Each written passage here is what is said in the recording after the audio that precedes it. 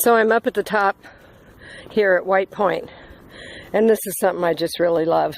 So when they did this whole renovation up here many years ago, 20 years ago, 30, 40, I don't know, they built this sweet building, lovely building, restrooms, and not too long after it was built, in a very short period of time, they were no good anymore. They didn't flush. The system didn't work. Whatever. Who knows what the real reason was. I'm going to say it had to have been shoddy workmanship. And also the hoodlums that hang out here in these beaches like to just purposely destroy things at night. So people just use the stuff as storage. Look at that in there. It's all full of water for who knows why, what reason. I guess maybe somebody's able to break in there.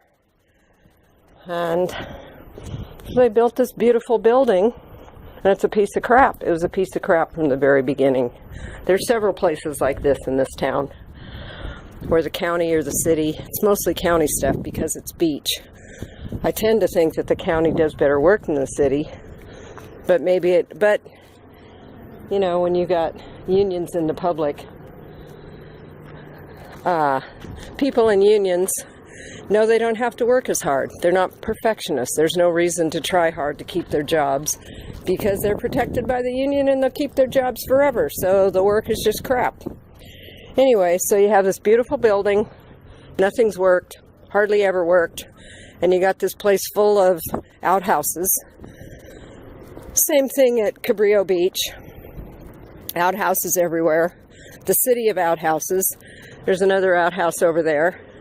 So they pay the ongoing expense of people cleaning the outhouses, the monthly rental of the outhouses.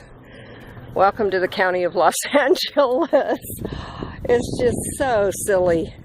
And years ago they put a pay your own way, pay here kiosk at this place. It had all these little pockets in it like a